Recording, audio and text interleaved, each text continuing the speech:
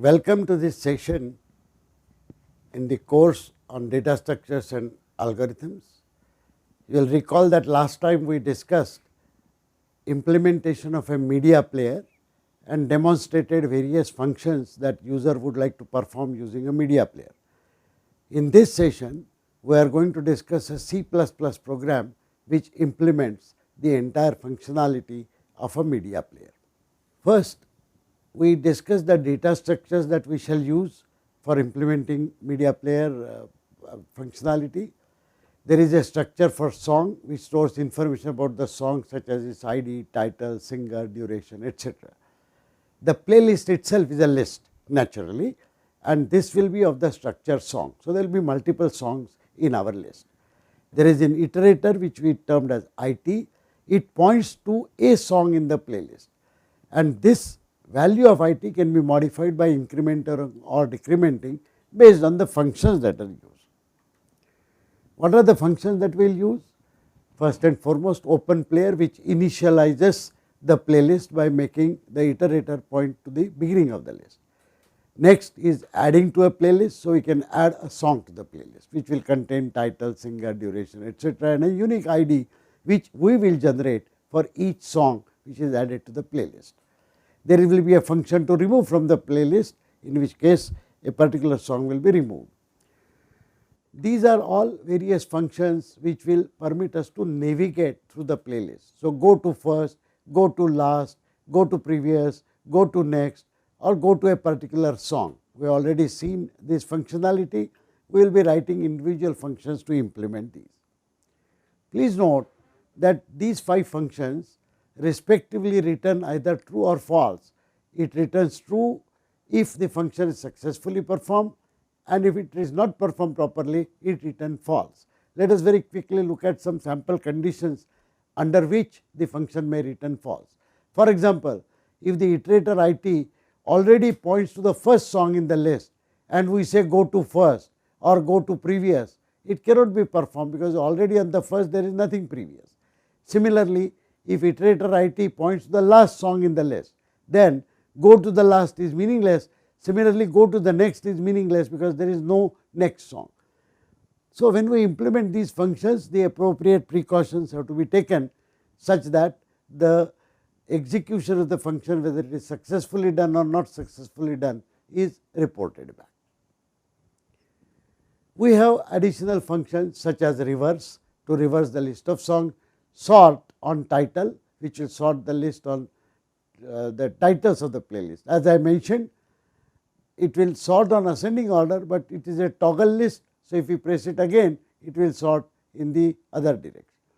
Sort duration is another sorting, which is sorting the which will sort the playlist using the duration of the song.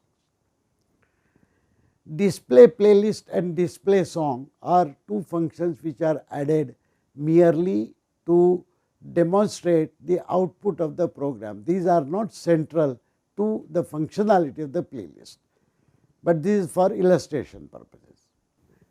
Next, we start looking at the details of the program. We begin by defining the structure that we require for these songs and the class for media player. The structure is very simple. It has an ID, title, singer, and duration. The class media player has several private members. First of all, song itself, that is S. It will have a static integer value song ID, which we will use to increment subsequent songs which are added. Please note that the list that we are declaring, which is the playlist, uses song as the structure as a part of that list. The list consists of such structures. Similarly, for the list we also define an iterator IT. The functions which are public are given in the next slide. We have already discussed all of these functions. So, you have an open player function, add to the playlist, go to first, go to prev, go to song, reverse, sort on title, sort on duration, remove from playlist, display playlist, and display song. Remember, the last 2 functions are merely for the purpose of illustration. Please note carefully the parameters that will be passed to some of these functions, such as add to playlist will obviously have a song name, singer, duration, position, etc., etc. The media player song ID is 0. Please remember, we actually used a static integer and this is set to 0 to begin with. Initially there are no songs in the playlist. Next, we display the playlist. This is very simple. We just output this. There is a list of the type song. The copy playlist will permit us to copy the entire playlist. The iterator copy IT is associated with that list. Now I iterate for copy IT from copy playlist dot begin till it ends. One by one I will go through that list and I will print the desired information associated with that song. So this is very simple. Display song just displays one song at a time. The open player is the initialization function which merely sets the iterator at the beginning position of the playlist. Next comes the addition to the playlist. So here I will have the song name, singer, duration, position as parameters. All of these are assigned to various components of S. So S dot ID, I increment the song ID, which is the static integer that we have been carrying on. Then I insert title, singer, duration, etc. Now I have to insert song at a specified position. So I will say I will set iterator to playlist dot begin.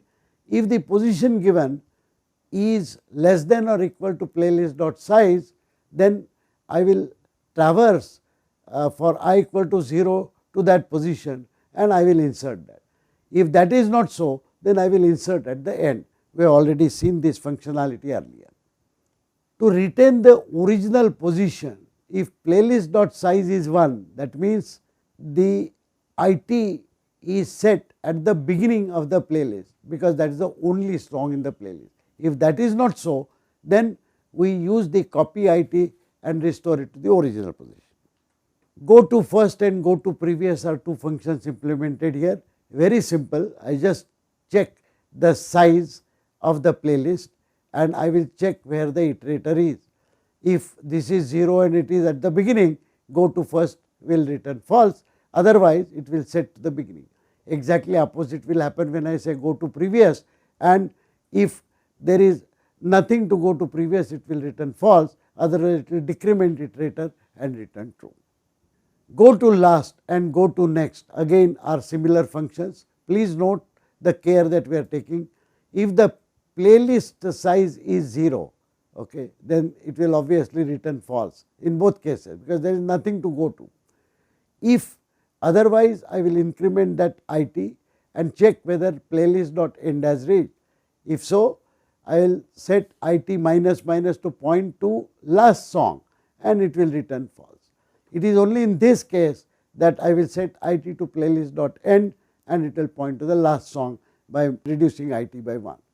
Exactly the same thing is done when I say go to next. All similar checks are made, and if IT is not equal to playlist dot end, then it will return true. That means I have gone to the next, otherwise it will return false. Reverse is a very simple. Playlist dot reverse is a single call which will reverse the entire playlist that I have. Next, let us look at the implementation of go to song. I will of course check the size of the playlist. If it is 0, there is no song, I will return false. Otherwise, I have to go through that list to find out what is my desired song. So playlist dot begin is the point that I set IT to, and while the playlist has not ended, I will iterate around.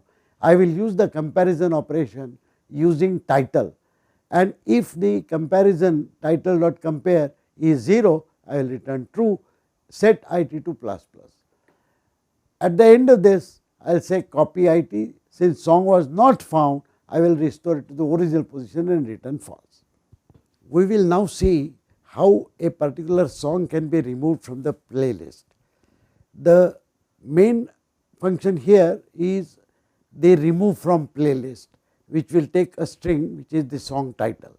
Now what we are doing is, given the song title, will assign it to rs.title, and then we will use a predicate which is associated with the particular list. So, playlist dot remove underscore if is a predicate. It takes a parameter which is a remove song. What is remove song? Remove song itself is a parameter rs. Notice the remove song here. So, it is actually an object function. This is a struct inside which there is a Boolean operator to which we are passing this rs. Please note what this simple statement does. s.title.compare title. It will compare the given title with all titles in the list, and if anyone matches, that means it is 0, it will return that. If nothing matches, it will return false.